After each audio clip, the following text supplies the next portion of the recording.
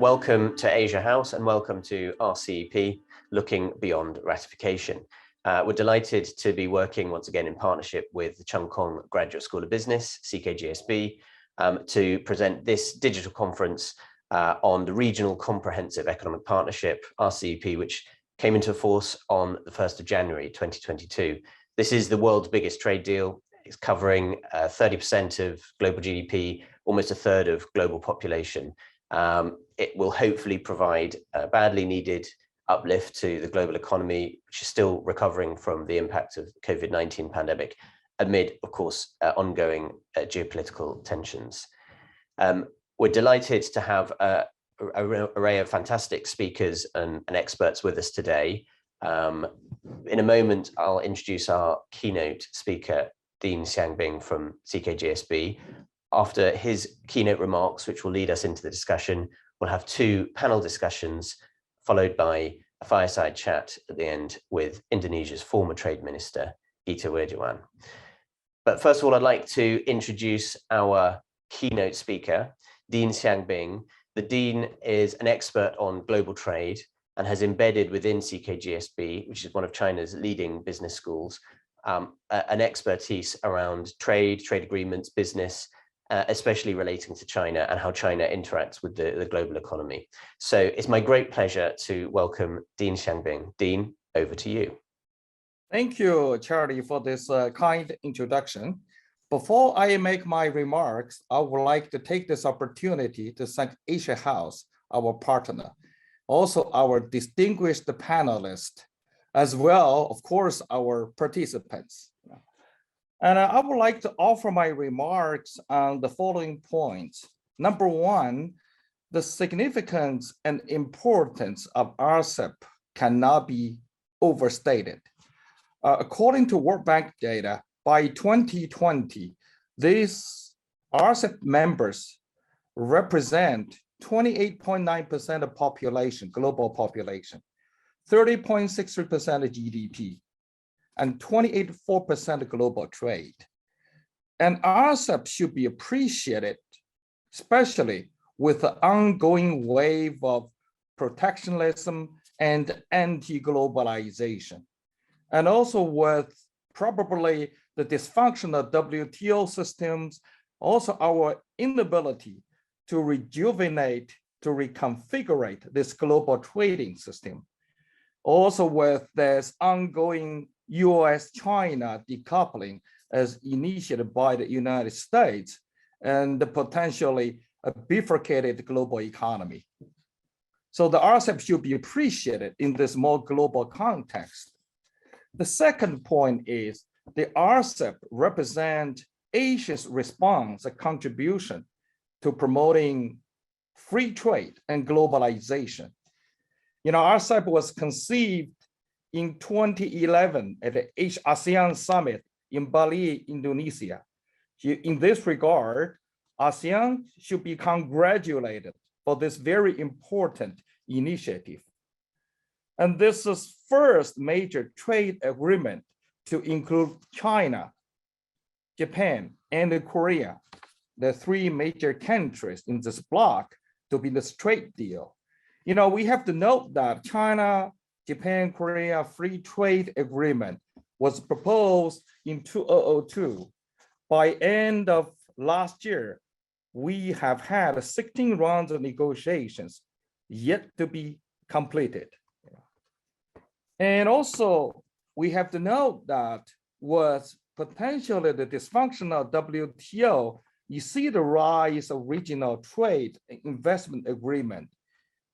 In particular, the United States, Mexico, Canada deal, effective July 1st, 2020, as well as CPTPP. Japan should be congratulated for its leadership in completing the CPTPP negotiation. The number 3 point I would like to share with you is China has played a very important, even critical role in helping RCEP come to shape. And China has been the top trading partner for Korea for 17 years. For Japan, it's 14 years.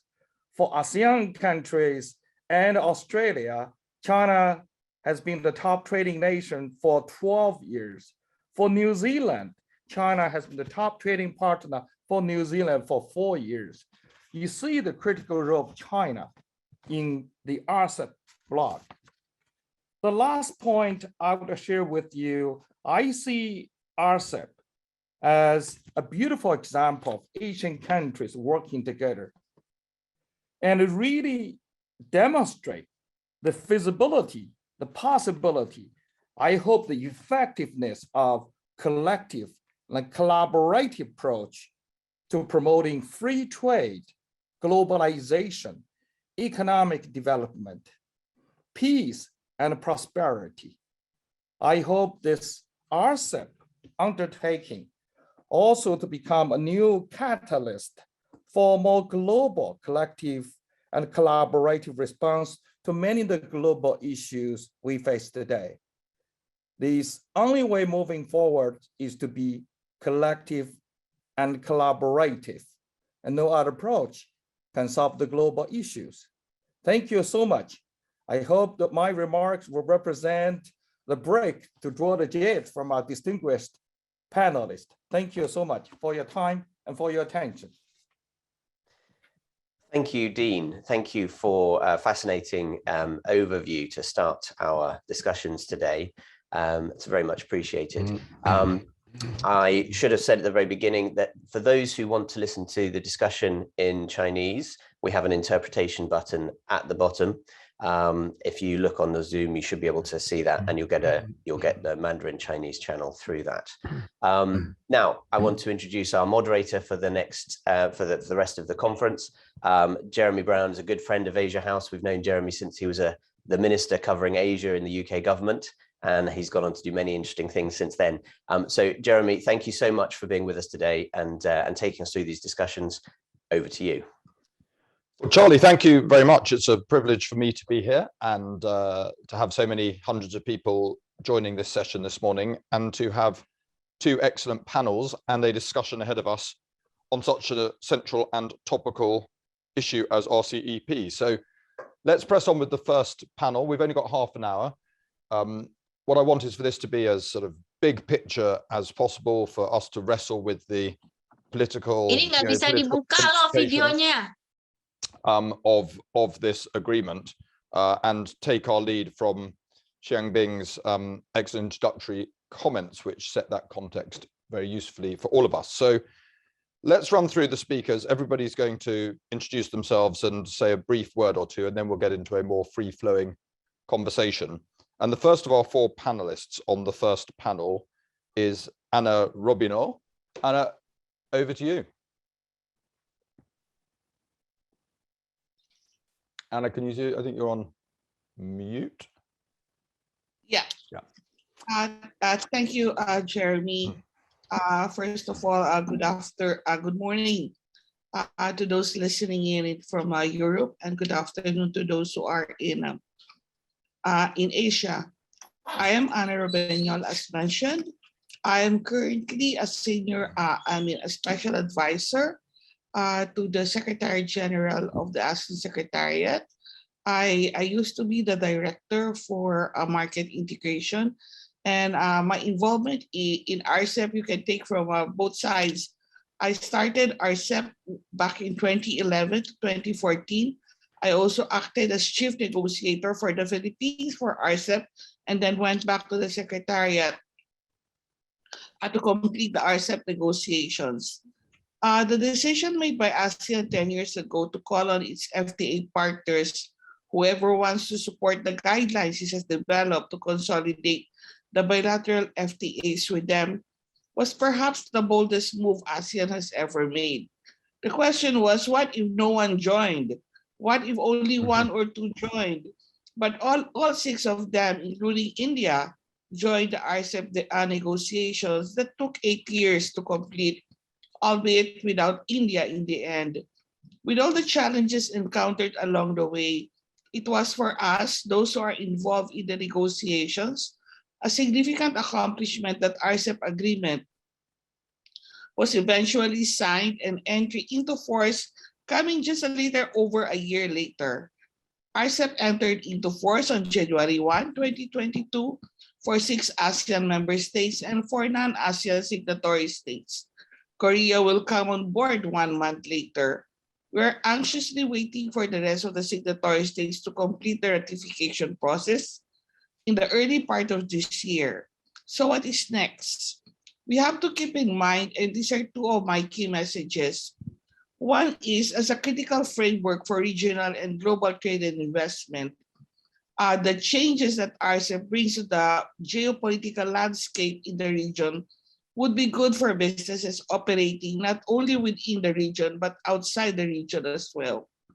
And 2, as the signing and entry into force of the RCEP agreement comes at an opportune time, we expect RCEP to be a key engine of growth that could significantly contribute to the region's post-pandemic economic recovery efforts.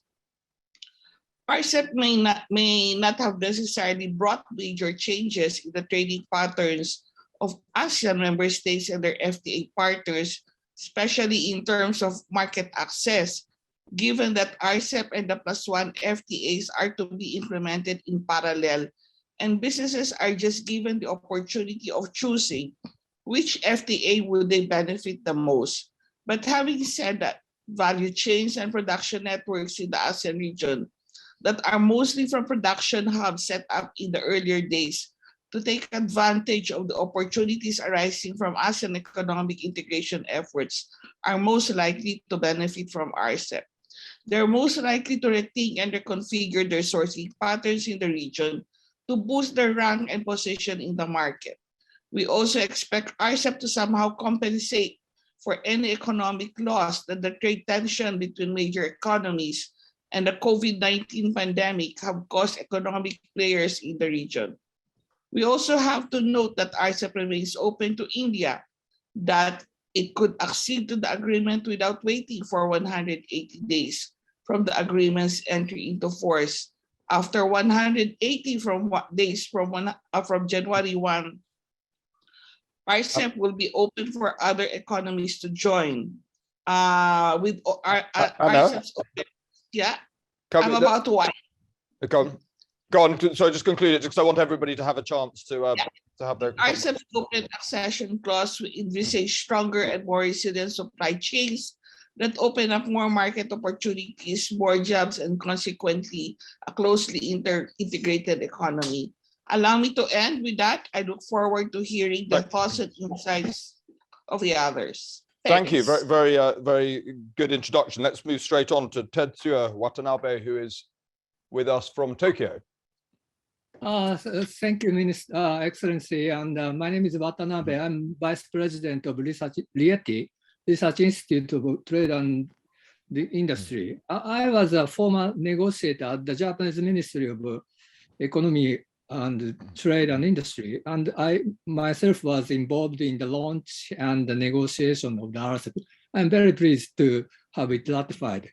And RCEP will provide a regional infrastructure for facilitating trade and investment and connecting and strengthening supply chain in the region, in the most dynamic growth area of the world, which covers, as Professor Beam mentioned, that 30% of the world GDP and the population.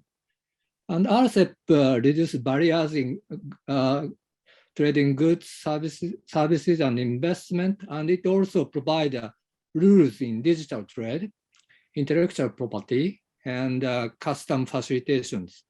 We cannot overestimate the significance of its entry into force. Amid the growing concern about the disruption of the regional supply chain caused by the pandemic. Japanese manufacturing companies like auto and electronic companies, and also its service companies are developing their supply chain quite widely throughout the region, in China, South Korea, and Southeast Asia, and Australia and New Zealand. Japanese government estimate RCEP will provide Japanese GDP by 2.7% in the long run. RCEP is a living agreement as it has built-in mechanism for monitoring implementation and discussing improvement of the agreement. And it also provides a 5-year review mechanism. Thus, it incorporated mechanism to evolve the agreement itself to adapt ever-changing economic development reality in the region. I very much would like to congratulate with my colleagues here on the entry into the force of the RCEP agreement. Thank you. Tejo, thank you very much. Straight on, Andrew Sheng is our third participant. Andrew. Thank you very much. My name is Andrew Sheng. I used to be a central banker in both Malaysia and Hong Kong, and also a securities regulator in Hong Kong. Currently, I write for Asia Newsnet and also Project Syndicate on global affairs from an Asian perspective. My view is that RCEP, which Anna and Watanabe-san has described fully, is very positive for Asia and for the world. There is no doubt in that regard. Now, the reason why Malaysia is one of the 7 that is in RCEP and as well as CPTPP is because Malaysia is a very open economy with very high trade to GDP ratio. And in our view, from Malaysia's perspective, RCEP is complementary to TPPA, which Malaysia will also implement. Unfortunately, RCEP could not include India or the United States, but we think that the platform of RCEP, and if China also is able to join, and India and United States are also able to join CPTPP, it would be very good for everybody. The reason why RCEP should be congratulated, as Anna and Watanabe-san has said, is that this is a time in which the world is moving towards protectionism.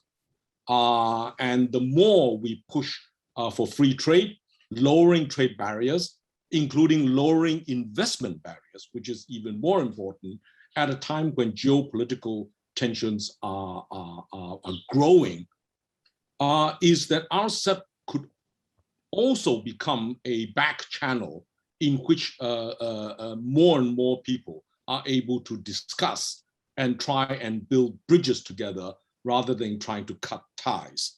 So in my view, particularly coming from Malaysia, but I know this is true in every other economy, if we don't get the SMEs to have greater inclusivity and plug into global supply chains, we're all going to get in trouble. Because it's all about job creation. It's all about inclusive development. And particularly when everybody is moving towards green infrastructure, how RCEP actually can take a pioneering role in raising long-term funds, because RCEP is not a deficit region, it's a high surplus region, okay? It's a high savings region. And that high savings can be circulated much, much better within the region to particularly help ASEAN, which is a very central grouping within RCEP and hopefully within CPTPP to get things going. Andrew, thank you very much. And so I'm keen to leave as much time as possible for conversation. So our final participant in this first session is Taojing Gang. And please, a brief introductory comment from you to conclude the introduction. Sure, thank you, Jeremy. This is Zhigang Tao from CKGSB. Despite of the pandemic, Asia actually welcomes 2022 with RCEP. As mentioned earlier, it took over 10 years to reach this agreement. The idea was first conceived in 2011. It was formally signed in November 2020 in a virtual meeting like what we have today. It shows the urgency and determination in pushing for this agreement and using it as a catalyst for post-COVID economic recovery. So I believe RCEP is an important step for Asia to come together, develop deeper and closer integration, and ultimately become the growth engine for the world. And RCEP also represents a major departure from the trend of deglobalization, which we have witnessed since 2017. The process of deglobalization has not yet been reversed since Biden took the presidency a year ago. So it is good to have 10 ASEAN countries together with 5 other economies, including some of the most important economies in the world, to have a new regional trade agreement, which is a big boost for multilateralism. Now, as RCEP includes a mix of countries, it represents challenges in the actual implementation, but I'm confident that RCEP will make it work for each of the member countries, paving ways for better and high quality multilateralism. Thank you. Very succinct, very clear. Thank you. Okay, panel, let me get the ball rolling like this. I think everybody agrees that there is economic benefit in RCEP in terms of benefits to individual businesses and in the bigger message it sends about globalization and open economies. But can I put it to you that actually the real significance of RCEP is political, not economic? It has some benefits for businesses, but it's what it says about the reshaping of geopolitical alliances, which is of lasting significance. Do people agree with that, or do you see it in more mechanistic, practical terms? Anyone in the panel, feel free to. Well, I would disagree. I think RCEP is far better talking economics. And by the way, let's settle our political difference afterwards. If we don't get our economies up, especially our supply chains, our inclusivity, our planetary issues, all politics is nonsense. Yeah, but okay. I suppose get the politics to override the increasing. I take that point. I suppose it's the configuration of the two. Is that for the first time we have China, Japan, and Korea, 3 of the most important economies in the world. 2 of the top 3 are China and Japan, in a single entity together. I mean, that is a geopolitically significant development, I would argue. And the union of those countries with the ASEAN countries, Australia, New Zealand as well, locks Australia and New Zealand into an Asian trading bloc, a third of the global economy. I mean, this is more than just practical transactionary business consideration. This seems to me to create an economic configuration which puts Asia's centrality, puts an underlining of Asia's centrality in wider global affairs than just the practicalities of exporting products from Vietnam to Korea or whatever it might be. Do others see it like that, or is it seen as more of a, as I say, more of a practical accomplishment than a geopolitical one? Yeah, Jeremy, I actually take the same position as Andrew Shen does. A lot of people, especially people outside of Asia, view RCEP and CPTPP as rival agreements. Okay, this is partly because China was the one behind the RCEP, whereas US was the one who actually behind CPTPP. But if you look at the content of RCEP and compare it with CPTPP, RCEP actually has a lower threshold compared with CPTPP, right? Now, if countries cannot even agree on RCEP, then it's going to be much harder for them to reach CPTPP. So if you believe in gradualism, which China does, then RCEP is the sort of the intermediate step to take before you get to CPTPP. And if you view it this way, it's not surprising that China actually has indicated its interest in joining CPTPP, a higher standard sort of a trade agreement, because China is a true believer in globalization. Anna may be particularly on this one, but anybody who wishes to contribute. I mean, this is ASEAN's creation, going back 10 years. How can ASEAN countries ensure their centrality in RCEP, that in a way that it doesn't come to be seen, understandably to an extent, as primarily relevant because of China's participation or because of the greater cooperation between China and Japan, but that it's also seen as a lever for raising prosperity across ASEAN countries. How can that best be ensured? Anna, do you want to, because you obviously have a strong ASEAN perspective. Yeah, it has actually been a very difficult 10 years for ASEAN, even prior to when we were developing the guiding principles for negotiating RCEP, the political tension, the economic tension was already starting to show up. And we guess that's because, I mean, negotiating an FTA involving very divergent groups of countries, some of them have geopolitical sensitivities.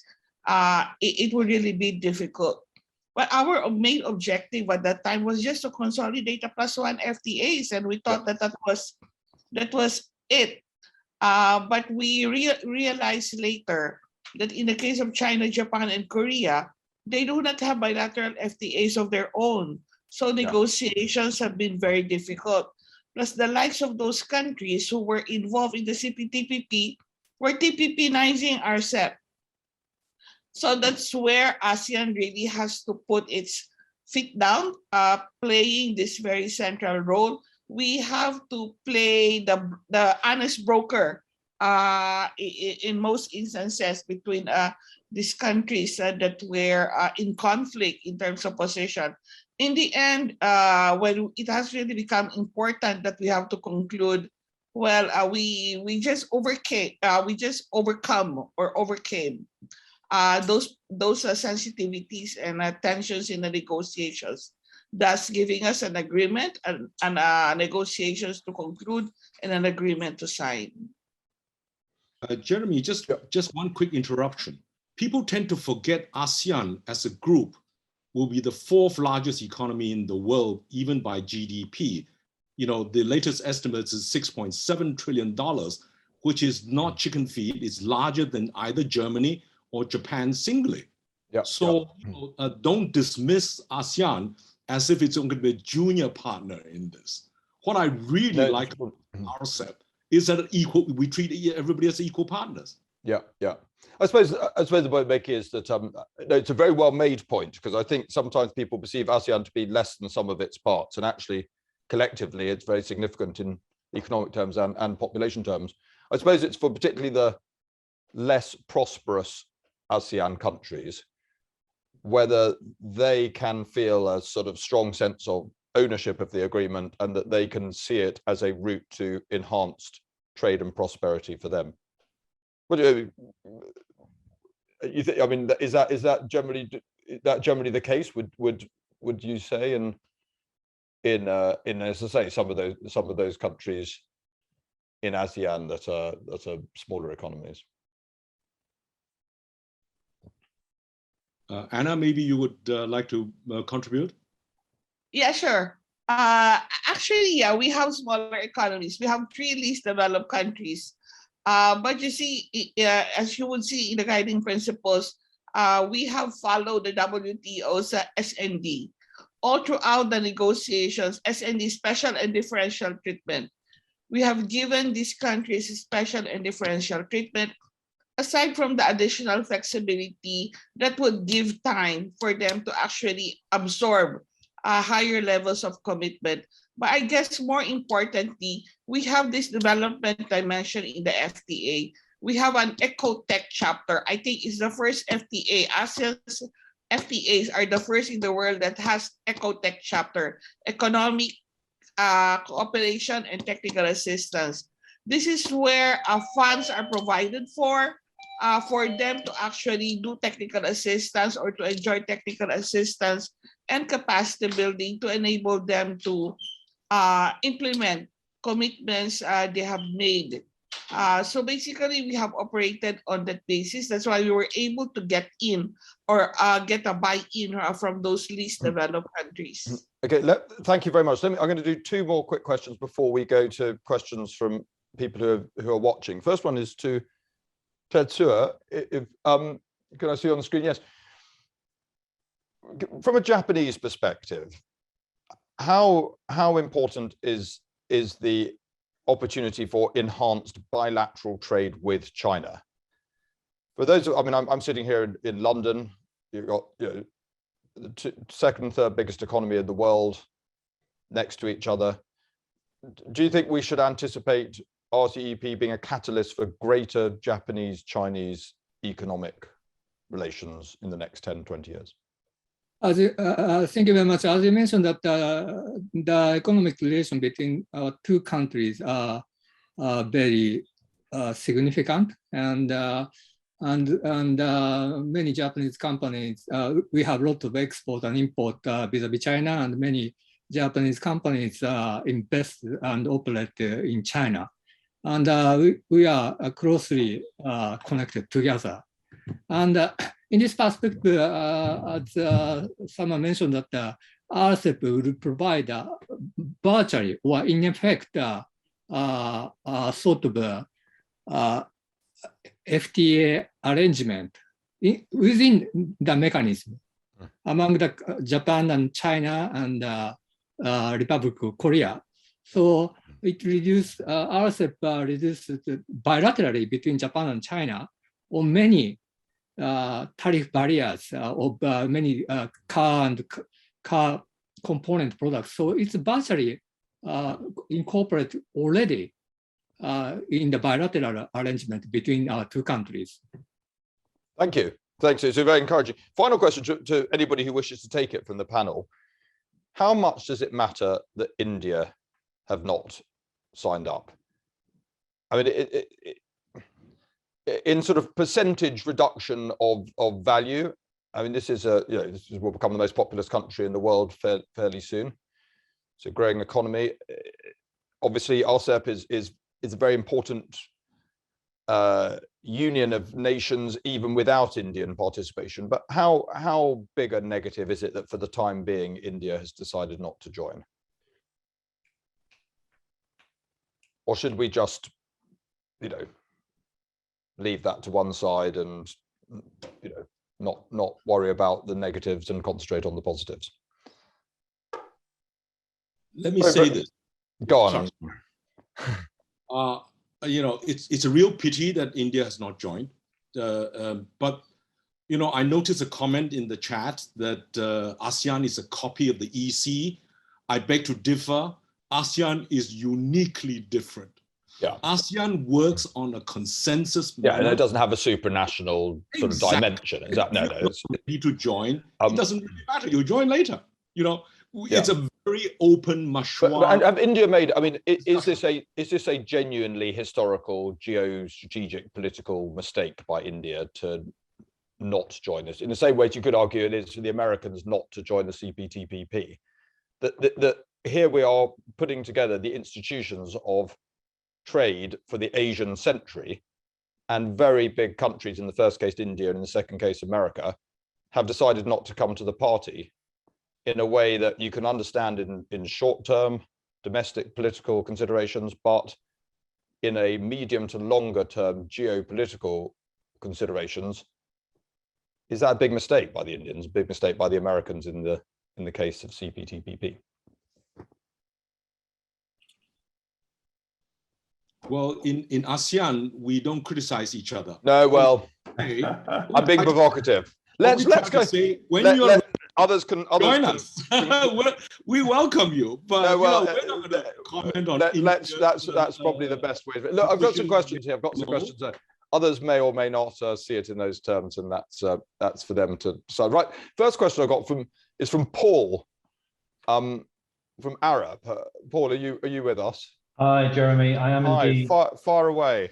Thank you very much. And by the way, I'm very encouraged by some of the commentary from the panelists, which I think I translate as let's get integrated from a business point of view first, and that hopefully will mean we follow. The chance of falling out with each other is reduced, and I completely agree with that. By the way, my name is Paul Collin. I'm the Chief Operating Officer for Arab Group, which is a consulting firm in the built environment. We have a footprint in 13 of the 15 signatory countries in RCEP. I'm going to ask you a question which is very much front of mind for us as a firm, and which is, front and center of our strategy, which is about the climate crisis. So I'd like the panelists to maybe make some comments about how you think RCEP will help both Asia Pacific, the Asia Pacific region, and the world generally to get to grips more effectively with the climate crisis. And you pick from my view that I don't think that the world is necessarily getting to grips with it at the right pace. Very good. A third of the world's economy, a third of the world's population is obviously important. Now, I'm going to take 3 questions and then let the panelists sort of roll them because we're very short of time. So we've got that one. The second one is from Bob Charlton. Bob, are you with us? Yes, no, thank you, Jeremy. Hi. Yeah, like Paul, I'm very encouraged and was very encouraged by the Dean's words too. My question is a bit selfish as a Hong Kong-based business person, just to get a feel for what beneficial impact that the panelists feel that RCEP may have on and for Hong Kong, both in the context of its position as part of the Greater Bay Area, but also in its own right, directly in trade terms and professional services. Great, thank you. And then the last, and then I'll come back to the panel for answers and concluding remarks. George Riddle from EY. Are you there, George? Thanks, Jeremy. It's been a fascinating discussion and really interesting. Again, being slightly selfish and from our own perspectives, obviously we hear a lot about rules of origin and goods trade and supply chains as part of these talks. We hear a lot less about the services trade and the role that will play in the future of RCEP. And how the agreement develops. I wonder if the panel has any thoughts on that other half of the agreement that gets a lot less attention.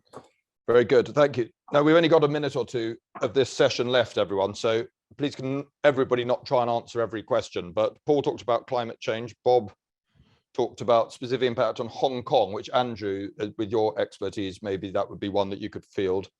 And George talked about the services sector. So let's go to a panel, maybe literally 30 seconds each to grab whichever of those most takes your interest and conclude on that. Anna, over to you first of all. Thank you, Jeremy. On climate change, as you would see, it's evident that it has not been covered by the RCEP agreement, but there is always scope to actually improve on RCEP and include them eventually. It's not a green agreement, I may say, but I can say that it will stay a non-green agreement forever.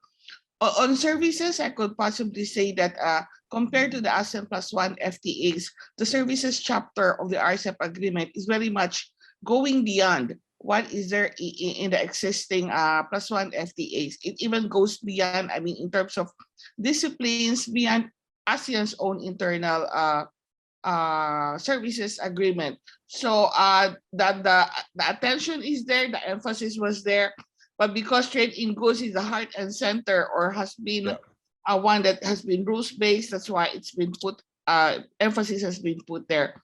On Hong Kong, let's because if everyone does everything, because we're already running into the time for the next panel. Okay. So more can be done on climate change. Focus on goods, but services can also become to greater attention in the future too. Do you have any of those you could particularly conclude? Grab one of those issues? On climate, obviously we don't have any specific agreement within the RCEP, but RCEP provides a sort of catalyst to cooperate on the climate issues among the participating countries, China, Japan, and the Southeast Asian countries. We need a lot of cooperation on the climate change issues, and RCEP will certainly provide a good catalyst for further cooperation on the climate issues. Thank you very much. Thank you very much. Andrew, I'm particularly interested in your take on the Hong Kong, because that feels to be... Hong Kong is easy. Speaking as of, in Hong Kong, I mean, I spent a lot of time in Hong Kong. Hong Kong, for the last 20 years, forgot about ASEAN. Okay, and really need to realize that ASEAN is the big opportunity for the region. And this is related to climate change and services, all right? Because ASEAN cares more about green finance because we're going to be hit most by this. And don't preach to us, just give us the long-term green finance to help us deal with our climate change issue. Don't preach, just act. So I hope RCEP will be a very good platform for this. Very good. And that rounds it. Well, Dojin Yang, say anything you want. You're joining us for the next panel. Yes, I actually spent 29 years in Hong Kong, and I have a soft spot for Hong Kong. And as China is actually with RCEP, there will be relocation of factories away from China, maybe into Southeast Asia. So there will be ample opportunity for Hong Kong to manage supply chain. And meanwhile, China will be opening market to ASEAN countries. So there will be trading opportunity as well. And on climate change, I tend to believe that with rising income, people will have more awareness of these. And every time when you have relaxation of constraint through this sort of trading agreement, there will be better optimization of resources allocation and usage. So I'm optimistic. Very good. Sorry to rush everybody. Even with all my rushing and cajoling, we're still slightly overrun, but really appreciate it. Thank you from me and by extension from everyone else to all 4 panelists. Appreciate your commitment from wherever you've joined us from in the world, different places. Let's move on to the second panel. So thank you for the first panel. Second panel, we have, is everyone with us? Very good. Let's kick off again with a sort of brief introduction, but please make it as headline as possible, really the central point that you would wish to make.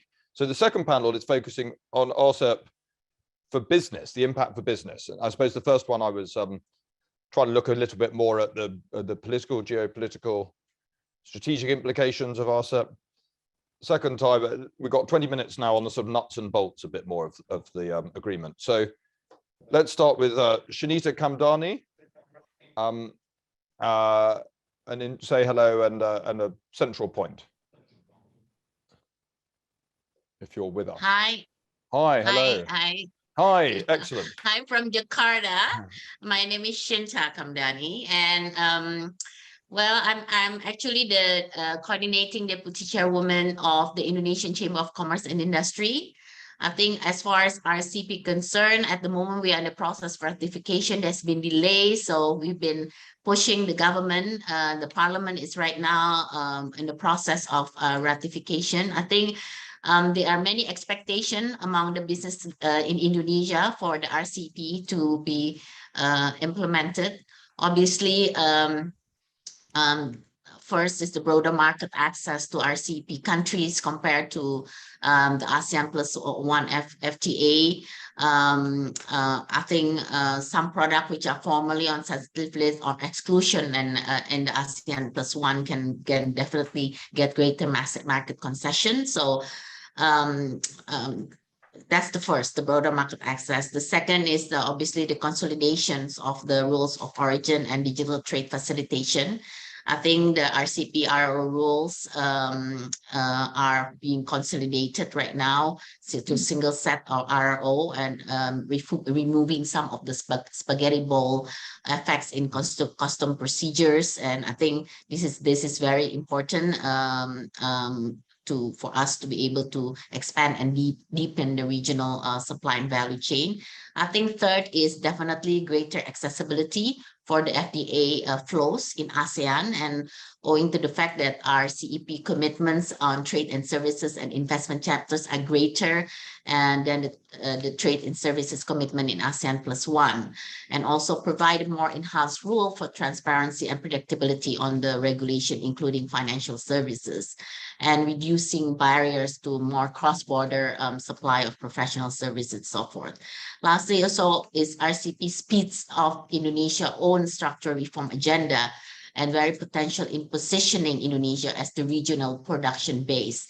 And I think in consequences to RCEP expanded market access in goods, service, and investment, Indonesia is pushed to speed up our domestic structural reform to level up the efficiency and competitiveness of our domestic business and investment climate, and also push Indonesia to more digitalization and industry 4.0. So I think are some of the point issues for Indonesian businesses, why we really want RCEP to be executed.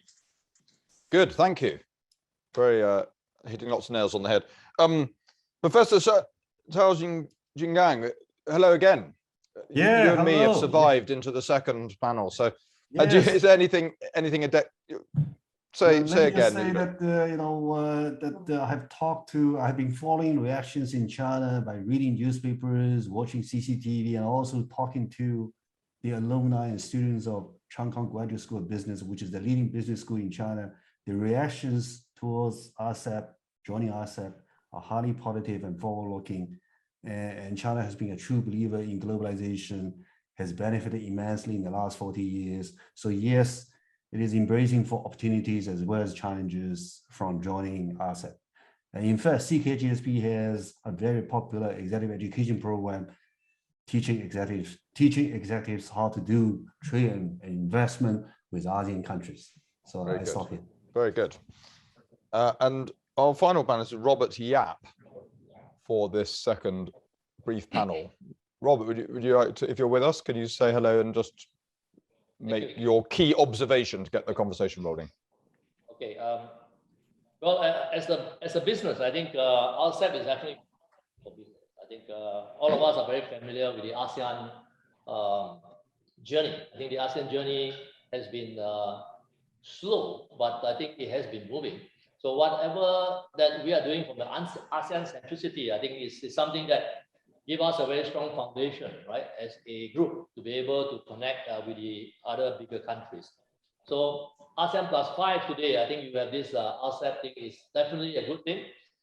Just before we move into this, I think for businesses, ASEAN itself is trying to do a lot of things, including what we call the smart logistics infrastructure. I think project that's going on.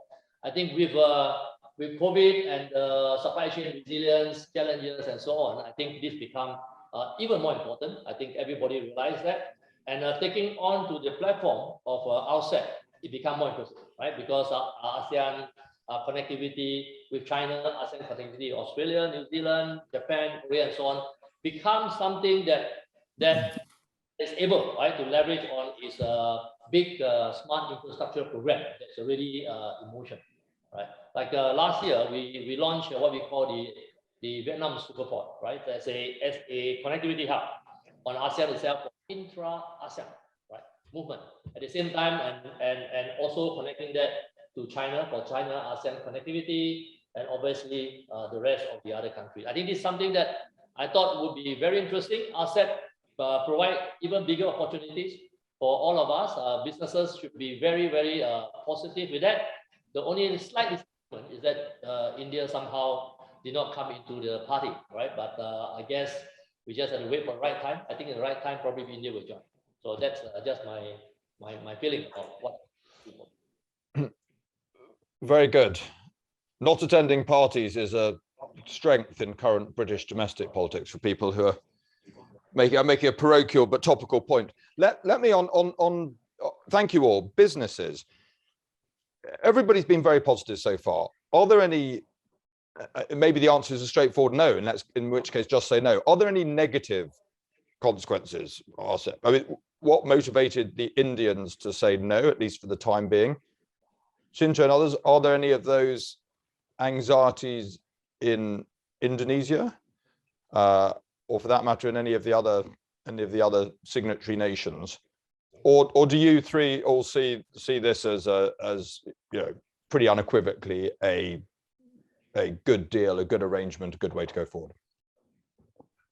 I think Jeremy, yeah, sorry. Yeah, I think it is a good deal, definitely. But we are worried, obviously, on our late ratification of RCEP itself, because I think the cost of this delay will impact Indonesia.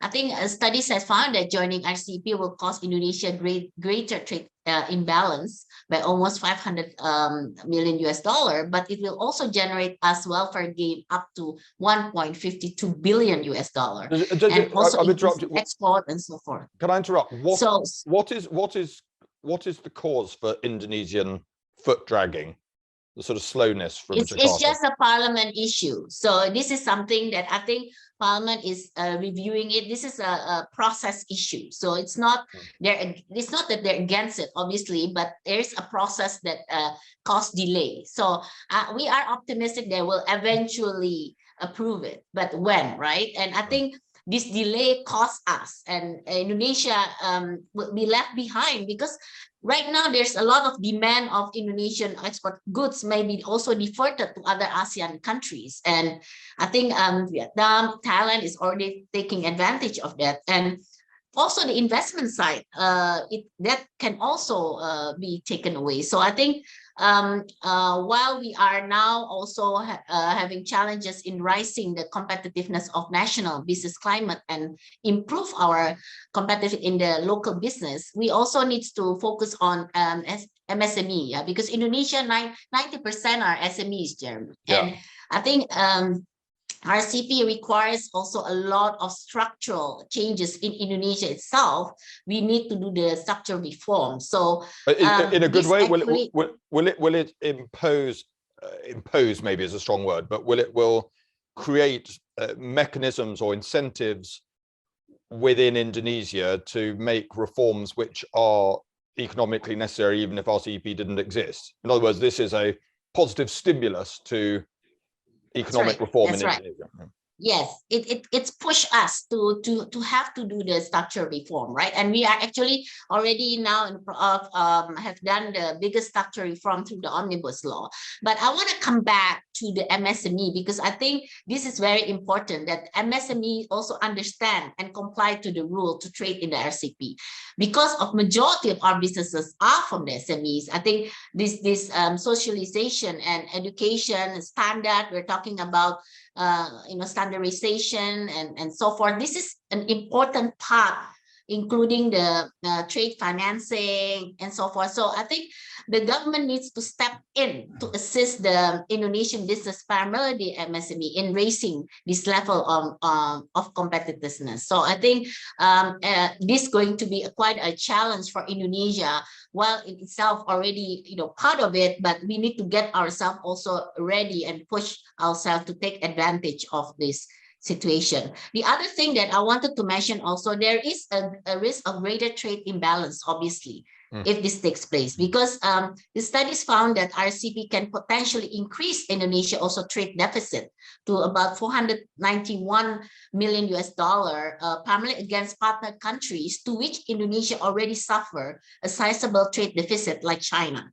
So we have to find a compensation for this, and we still feel that by joining is obviously bigger advantage, especially we can export more value-added goods to the RCEP countries. So the keys are in rising the level of efficiency of Indonesia business climate, rising the level of product innovation and product competitiveness in Indonesian export, as well as the greater export education and facilitation programs from the government to the Indonesian business.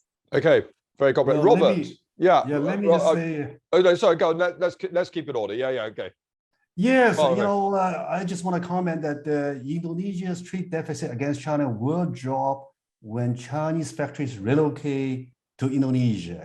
This is something. Now, I just want to say that there are really serious challenges for China as well. Number one, relocation of factories away from China into Indonesia because of the rising labor costs in China.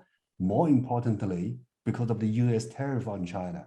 So increasingly, companies in China, including Japanese companies in China, Korean companies in China, they have this China plus one strategy, having some factories in China, but also having factories, say, in Indonesia. And you think Indonesia is a realistic destination for?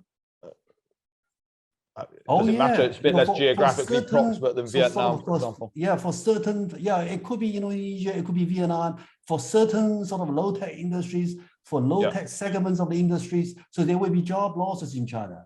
All right. Yeah. So that's actually one thing. The other challenge for China is that in high-tech segments, they will be facing competition, import competition coming from Japan and South Korea. So there are challenges for every Very country. Interesting.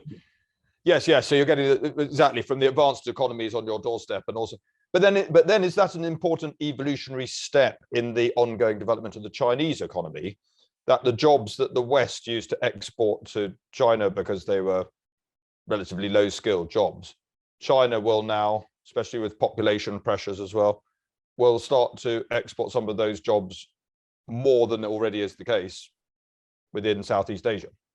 Exactly. You see that as that process be accelerated by RCEP? Exactly. This is the same playbook by the United States, but with one difference. You really have to, there are always gains, more gains than losses, actually. So the key is to make sure you actually have some sort of redistribution programs helping those people who suffer from the process of a globalization, such as retraining, such as economic assistance.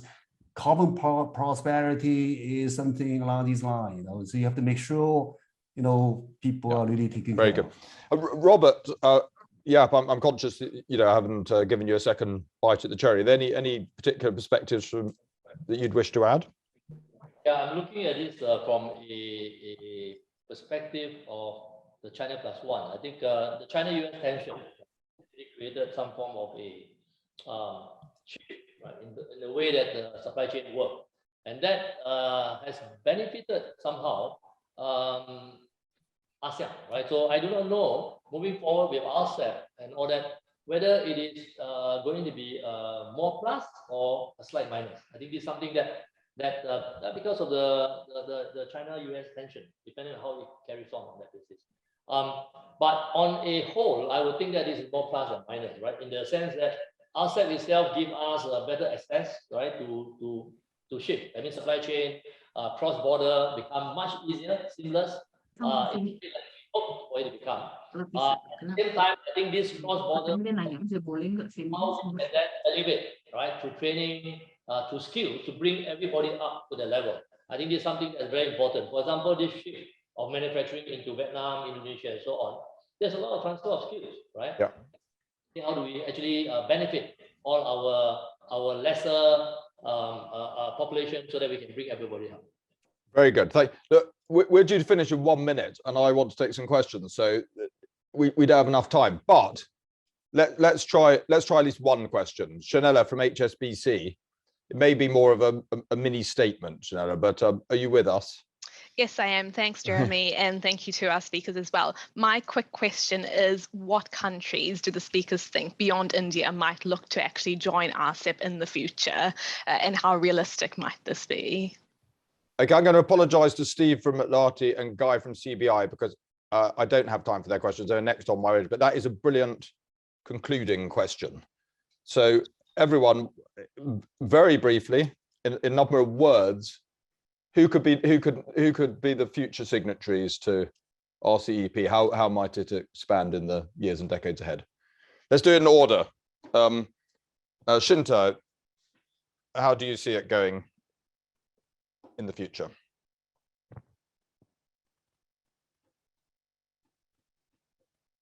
Shinta? Hello? We can do it in reverse or Tao, Jingan? Yeah, go on. I think it's actually RCEP, as I mentioned earlier, is the sort of the intermediate step you take before you get to CPTPP, which is a much higher standard trading agreement. And I actually like to take a gradual approach, and I think it's more important to make sure all the commitments are being really implemented, rather than say, let's just expand the scope of the countries, So yes, India is welcome, let's just want to make sure RCEP works for each of these 15 countries. That's so let's it's only been in existence for 2 weeks. Let's consolidate what we have. And I suppose RCEP feels to be like it has a more specifically geographic remit, correct? I mean, there's discussion in the UK about joining CPTPP, but I'm not sure that RCEP membership is open to us, is my understanding. So, and Robert, how do you see? I suppose India is the obvious and very big next step, but are you a consolidator first? I think from a regional perspective, if you look at the geography, what you mentioned, India makes a lot of sense, right? Because of the connectivity that you can see from Myanmar and so on. But then Bangladesh you put in as well, would you then? Yeah, and but I think that from the other country, what significant? Maybe I would think the Saudi Arabia. Wow. You are opening up a whole nother conversation for another day. If we, no, it very interesting, very interesting. But as was probably just said, let's get up and running with this. And Indonesians and others are still sort of coming to it. So maybe we're getting ahead of ourselves a little bit. But it's very interesting to look into the future and see how things may go. Thank you, all three of you on this panel. Sorry for as always being a bit brutal with timing, but there we go. We appreciate your participation. And then the final feature before we wrap up in 12 or 13 minutes time, we have a conversation with Indonesia's former trade minister, Gita Wirjawan. Gita, are you with us? Hello. Hi, Jeremy. It's all yes, working. I am. Excellent. Thank you very much. Sorry, thank you for inviting me. Do you want to say anything by way of sort of introduction, or shall I start by asking questions? No, just jump. How jump important? right in. How important is RCEP, particularly for countries that aren't in it? You know, if you're a European watching this, is this the architecture of the Asian century, or is it just a fairly uninspiring trade deal among some countries on the other side of the world? I think it's important on the basis of a couple of accounts that I could recall. Mind you, I was a trade minister until some years ago, so it's been a while. But I'm proud to have been a part of the initiation of this in 2011. The first account would have been the realism with which a multilateral framework should be undertaken with respect to quite a number of developing economies in Southeast Asia. And I think we say this with full recognition of the fact that there are countries with much higher GDP per capita capabilities than and much lower GDP per capita capabilities. The second is sort of an echo to what Tao Shichang was alluding to earlier in terms of the incrementalism with which the framing of this was being done. And I was actually part of a small group that was not very sure about the potential implementation of a TPP framework, which is now called the CPTPP. And I basically contrasted the two frameworks in the sense that TPP would have been a 22nd century frame as opposed to RCEP being a 19th, if not 18th century frame. And from a geopolitical standpoint, from a social standpoint, from a cultural standpoint, I think it's a lot easier to roll things forward as opposed to trying to roll things backward with the risk of stumbling. And that was sort of like the metaphor that I try to share with some of my buddies in the more developed economies who were trying to push Indonesia into the TPP framework. So I would say those two accounts would be, I think, what would have made the RCEP framework very, very important for countries like Indonesia. Thank you. A lot of people see the central importance as being China's participation. Is that, it clearly is important, but is that too crude? I mean, particularly from a Southeast Asian point of view, you'd say, oh, wait a second, don't overlook our centrality to this, the genesis and the importance of this arrangement. Well, I think China is inevitably a very crucial part of this framework. As much as we have and we still do and we will believe in the centrality of Asia or Southeast Asia, without China, I think this would still be a very good framework. But with China, I think this is a much better framework. But I think there is a recognition with regards to the risk of this being perceived as a China-led initiative as opposed to an ASEAN-led initiative. which I just want to express, to everybody in this forum that, originally I think this would have been perceived or desired as an ASEAN-led type of initiative. And your particular perspective as a former trade minister for by far and away the most populous country in ASEAN is what's this mean for Indonesia? I think if I'm being sort of blunt, why not be blunt? Sure. Indonesia, for the fourth most populous country in the world, I believe it is, feels insufficiently prominent in some of these Asian, century conversations. I think quite often people rush to look at other countries first. Here is an opportunity for Indonesia to bring its weight to the collective marketplace. Do you think it is a big opportunity for Indonesia, and do you think if it is, Indonesia will capitalize on it? Oh, I think it's a concern that I share with you. It's a concern that many Indonesians do share with you, in the sense that Indonesia ought to be a lot more relevant than it is being regarded as of today. And I think more importantly in the future. And I say this with full recognition of how the conversation has transpired in the past 30, 40 minutes. I think people, are seduced too much into the trade part of the equation. But I think we need to be more cognizant of the investment part of the equation, which I think is very important for countries like Indonesia. Now, just drawing the picture a little bit more, if we take a look at the FDI on a per capita per year basis for Indonesia and Thailand and the Philippines, it stands at about $100, as compared to that for Singapore on a per capita per year basis at $19,000. So right there, right, when somebody wants to talk about potential relocation of, value chain capabilities from China to any part of Southeast Asia, it's a no-brainer, right, in terms of where you want to relocate. You want to relocate where I think, the destination, I think, has the higher, if not highest marginal productivity, higher, if not highest efficiency that could be offered to any potential investor, inclusive of China.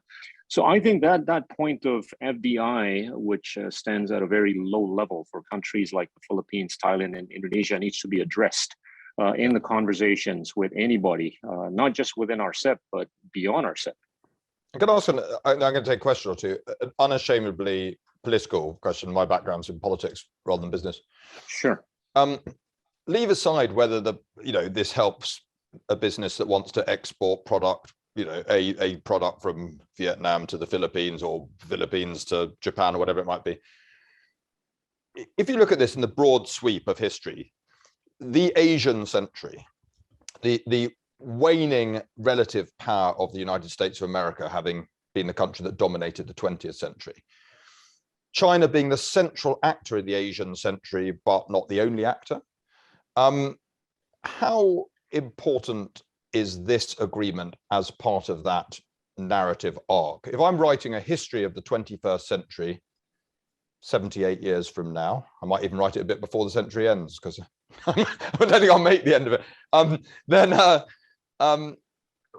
Will there be a big chapter on RCEP, or will it be a couple of paragraphs, or will it not feature in the history of the Asian century? How much does this matter in the big scheme of things? It deserves at least a paragraph, in the sense that we have seen the death of multilateralism in the last decade. And this is, I hypothesize here, I think attributable to how conversations have polarized in many countries, developed, developing, and underdeveloped. And I think the polarization of conversation has entailed, a little bit too much nationalism, which tends to make multilateralism somewhat more difficult than ever. So we are going through this episode, if not cycle, of lack of multilateralism. But the fact that, the member countries of RCEP have decided to move ahead with this and show to the world that this is a good piece of multilateral understanding, I think it's equity. It's equity for our, if not humanity's, ability to re-multilateralize in a much bigger way. Important statement of intent. Absolutely. I've got two questions. We're going to finish in 3 or 4 minutes. I've got 2 questions. Let me take them back to back, and then you could do them together and finish off. First one is from Anton, and the second one is from Steve from McLarty. So Anton, if you can keep it as to the sharp and to the point as possible, and the same for you, Steve, if you're with us.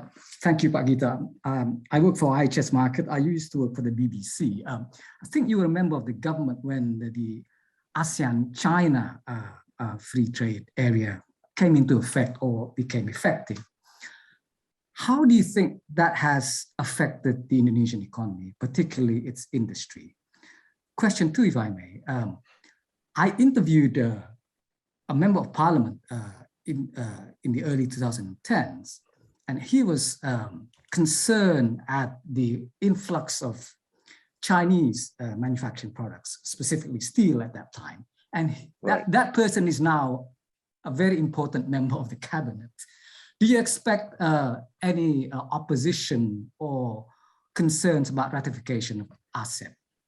Thank you. Thank you. Thank you. And Steve was from McLarty was the other one.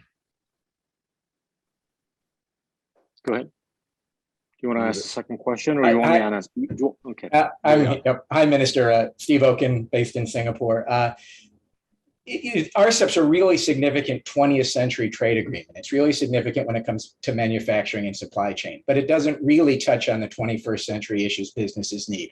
On digital, it doesn't talk really about cross-border data flows, data localization, customs and electronic transmissions. What little is in there, countries can opt out unilaterally based on any legitimate public policy or non-legitimate public policy rationale they put forward. So what are businesses going to do and what are countries going to do to address those 21st century trade issues now that RCEP has taken care of the 20th century trade issues? Steve, fantastic finishing question. The 21st century may be the Asian century, but RCEP is a 20th century trade deal. So I'm putting it a bit sort of brutally for effect, but So Gita, that and Anton's question about the impact on Indonesia, and any closing remarks in the next minute or two, if you don't mind.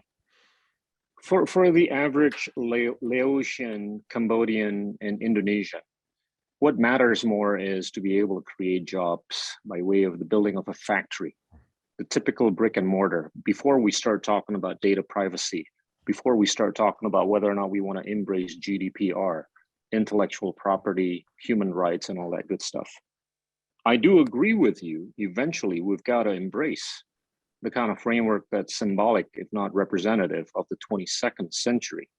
But I think we have to recognize the lack of symmetry of welfare on a per capita basis in Southeast Asia. But I do believe that RCEP is a really good starting point for 10 nation states in Southeast Asia to start with before we embark upon something that has a little bit more sophistication. I think inevitably we're going to get there. I can't give you an answer on timing.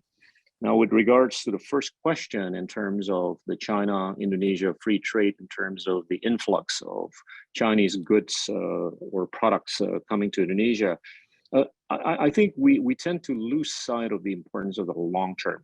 I'm a lot less worried about the deficit that's created by way of the influx of goods and services from China more than what we can export to China.